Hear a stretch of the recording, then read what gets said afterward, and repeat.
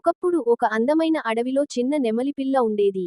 ఆ పేరు మయూరి. మయూరికి రంగులంటే అమితమైన ప్రేమ. తాను పెద్ద నెమలి అవ్వాలని రోజూ కలలు కంటూ ఉండేది. ఒకరోజు ఆ అడవిలో భారీ వాన వచ్చింది.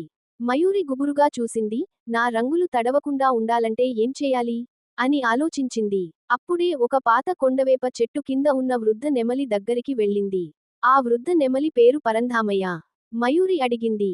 పెద్దమ్మయ్యా, వానలో నేను ఎలా రక్షించుకోవాలి? పరంధామయ్య నవ్వుతూ చెప్పాడు. వాన నీ శరీరాన్ని తడిపేస్తుంది కాని, నీ మనసుని కాదు. నీ రంగులంటే నువ్వు గర్వపడాలి. వానలో నాట్యం చేస్తేనే అసలైన నెమలిగా మారతావు. అలా మయూరి వానలో తొలిసారి నాట్యం చేసింది.